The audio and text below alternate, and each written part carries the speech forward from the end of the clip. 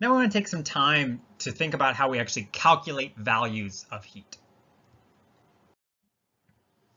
So we're going to start with units. Heat is an energy unit. It's always going to be described in energy. And so our standard metric unit for energy is the joule. And so when we're talking about heat, we always use joule. This is a person's name, so why it's spelled like that. The symbol is a capital J, but technically when we write the unit, use a lowercase j. Joule is not a ton of heat, so or a ton of energy, so it's really common to see kilojoules, much the same way that we use kilograms for like pounds of people. A lot of energy amounts are in joules. You may be familiar with a calorie. A calorie is kind of the standard customary unit for energy. It has to do with, it's the amount of energy required to raise the temperature of 1 gram of water by 1 degree Celsius. So 1 calorie is bigger than a joule. It's 4.184. So that is a customary to metric conversion. The one is exact, 4.184 is approximated. This is more common in a biological context. We don't use it as much in chemistry. You will note, you're probably familiar with it from a food label. So calories on the food label, you'll note there's a capital C there. What that actually means, that capital C is actually a reference to kilocalories. So 1 calorie, 1 capital C calorie on like a food label is actually enough energy to raise the temperature of a kilogram of water by 1 degree Celsius. So 2,000 calories is enough energy to raise the temperature of 2 million grams of water by 1 degree Celsius. So your body uses a lot of energy in a day. You may be familiar with other temperature units. Kilowatt hour is most common in electrical usage. British thermal units, as the name implies, is most commonly used in heating. So those units just have relationships to calorie and to joule. They're defined conversion factors. They're a lot bigger. You'll note 1 calorie is not a lot of kilowatt hours and not a lot of British thermal units. Those are more kind of practical units that, again, describe kind of the size, the magnitude of heat that we tend to use, and the amount of electricity that people tend to use. Your house uses a lot of energy as electricity. So when we're talking about kind of moving heat and quantifying how heat amounts, we know that the amount of energy required to raise the temperature of an object is going to depend on what we're looking at. And so heat capacity, which is a capital C, is the ratio of temperature change to heat added. So just because you put energy in doesn't mean the temperature will always go up by the same amount for different objects. It's going to depend on what you're heating and how much there is. So we know kind of qualitatively it makes sense that if you have, say, a little pot, it's easier to heat that up, whereas if you have a big pan, it's going to be relatively more difficult to heat that up, just because there's more of the pan to heat up.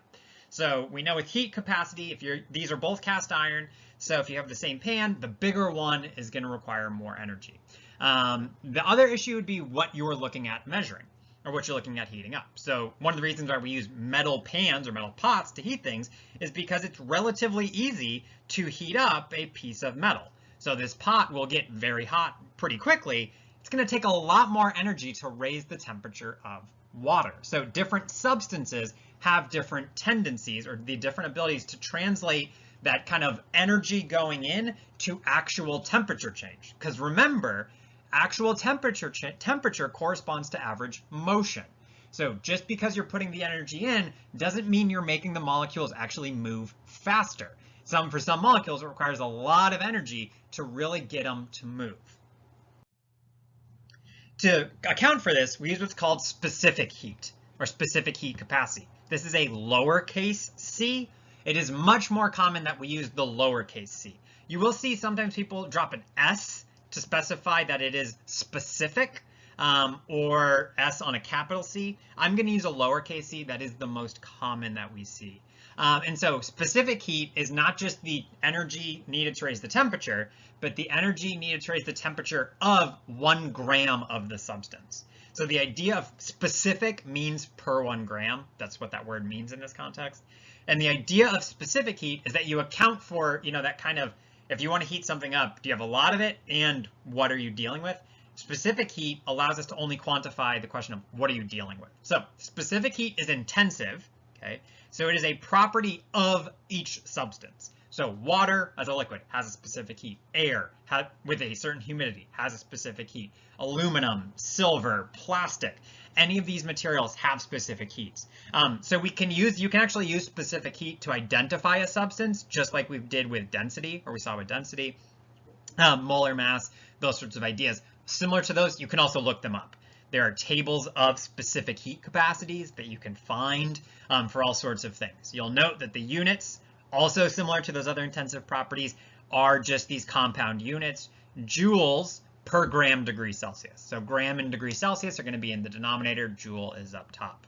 And you'll note if you look at these, they kind of go over ranges of magnitude, but you'll note water, independent of its phase, is really high. The specific heat capacity of water is really, really high, especially relative to a lot of other objects or a lot of other materials. And so as a result, what that means is really high heat capacities mean you need a lot of energy to increase the temperature of the water at all. And so this is why we use water to cool things, because this kind of capacity, what this language comes from, is you can put a lot of heat into water without really seeing the temperature increase very much. So that's why we use water to cool things off, because, you know, other things you can need not a lot of energy, say pieces of metal, we can see they're all really low heat capacities. Not a lot of energy really can get the temperature to change quite a bit. So you can really cool it down by pulling out not a lot of energy. This also corresponds to why it feels so gross in the summer here. Water as a gas has a really high heat capacity still. And so when you go outside and it's really humid, it takes a lot of energy out of your body to change the temperature of the air around you, right? The air around you is hotter than your skin, so it's, you know, putting energy into your skin, and there is a lot of energy for that temperature of the air to cool down. And so that's why it feels hot in the summer when it's humid, because the air is there's a lot more energy in the air for its temperature because there's a lot of water in the air. When it's dry, all that water's gone, and air is a really low heat capacity, except for the water in it. So when we actually want to calculate heat for temperature change, our equation is going to be Q is equal to mc delta T. So Q, lowercase q, is still going to be our heat. M is mass of the object that's temperature is changing. C is the specific heat capacity. And again, that's just a property of the object. So if you know something's temperature is changing, you just take a look at what the object is. You can look up that specific heat capacity. Delta T is then the change in temperature. So this delta that we see right here, that's a capital D in Greek. So it stands for difference. And so delta always means change. So we're going to see a decent number of deltas. That always means the final value minus the initial value. So one of the things we can start to see from this is that heat always characterizes a change. Heat is not a static process or a static object. Things just don't have heat. They have energy inside of them. And heat is the process by which that energy changes corresponding to temperature changes.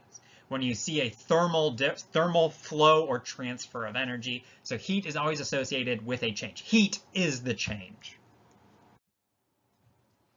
So how much heat is required to raise the temperature of 10 grams of copper from 25 degrees Celsius to 40 degrees Celsius? What do we want? Heat. Okay, so for now, we only have one equation for heat. We're going to see some other equations and kind of processes. Overall, we're going to get three relationships that describe heat. But our first one that we have here is based around temperature change. So whenever you see, temperature changes going on, especially you want heat to raise the temperature of something, that's where Q is equal to mc delta T. You're looking at kind of the static change. The object is static. This piece of copper isn't changing in any other way. There's no chemical process, no phase change, no anything like that. You're just changing its temperature. So it's just a question of, do we have the necessary variables?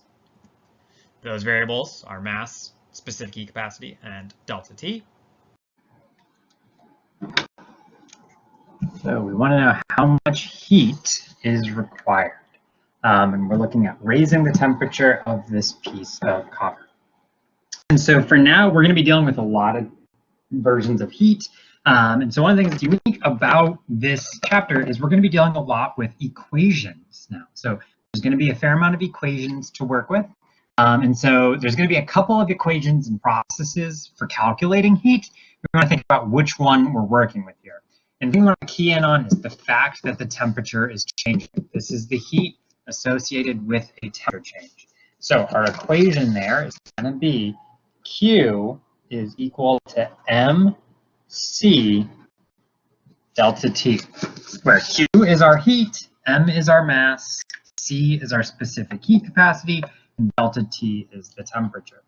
And we said that Q, heat, is what we wanted to know. And so, because it's an equation, the question is, well, what about everything else? Mass, specific heat capacity, and delta T. Well, mass, we're told, if we're looking at the heat temperature of copper, the mass is 10 grams. Okay. We're also given temperature change, or the temperature values. You'll note delta T would be the temperature change. Here we can see we're given the endpoints. So delta T is going to be TF for final minus TI for initial. Okay. And so one of the things we can see is that it's from 25 to 40. So we know that the final is 40 degrees C minus 25 degrees C. So then the question is, what is the specific heat capacity? Well, specific heat capacity is an intensive property that's associated with a substance. And so in this case, because we're dealing with copper, once we learn the name, that tells us what the specific heat is, and we can look that up. There's tables, that's a piece of reference information. You can't necessarily find it on the periodic table, but it's similar to looking up molar masses. It's just something we can always look up. 385 joules per gram degrees Celsius. All right, so we got all of our variables figured out. Let's go ahead and plug them in. Q is equal to 10 grams times 0.385 joules per gram degrees Celsius. And then 40 minus 25 is going to be 15 degrees Celsius.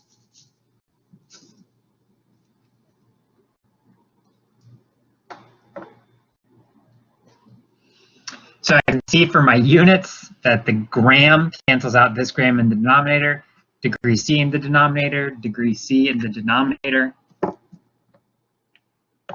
So all that we'd be left with for our units are joules. And then 10 times the 0.385 times the 15. 58. So joule is a heat or an energy unit, which is good. Heat should always have units of energy. And so again, we're going to be looking at calculating heat. So far, this is the only equation we have. The only method. We'll learn two other methods that we can figure out heat. And so we can see is that temperature change right there. This is always the equation that we want to use to work through associated with temperature changes.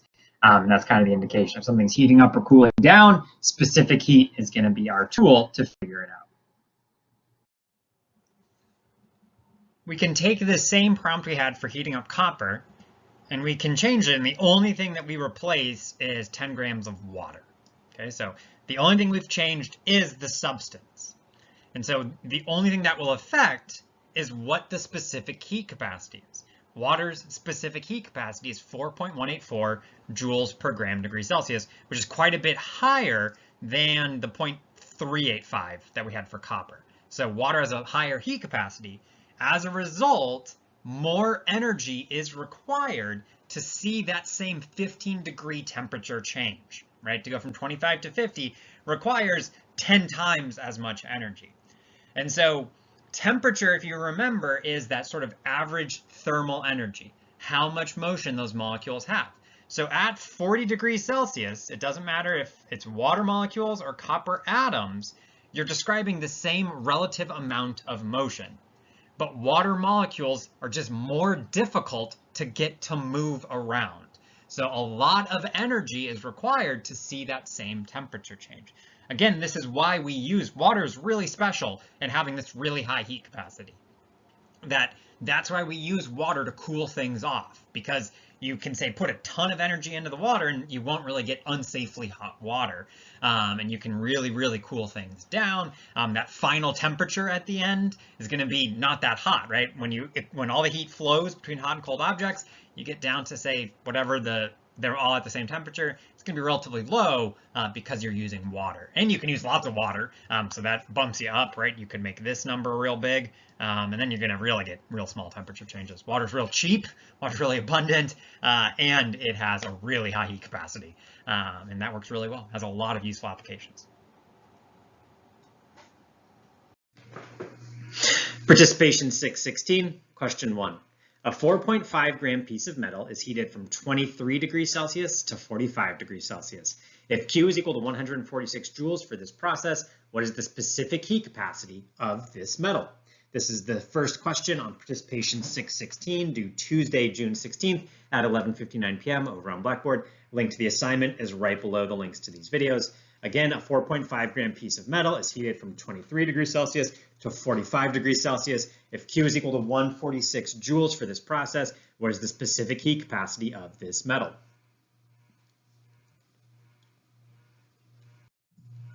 All right, got our first question for participation 616. I don't think it'll be the last one. See you in the next video.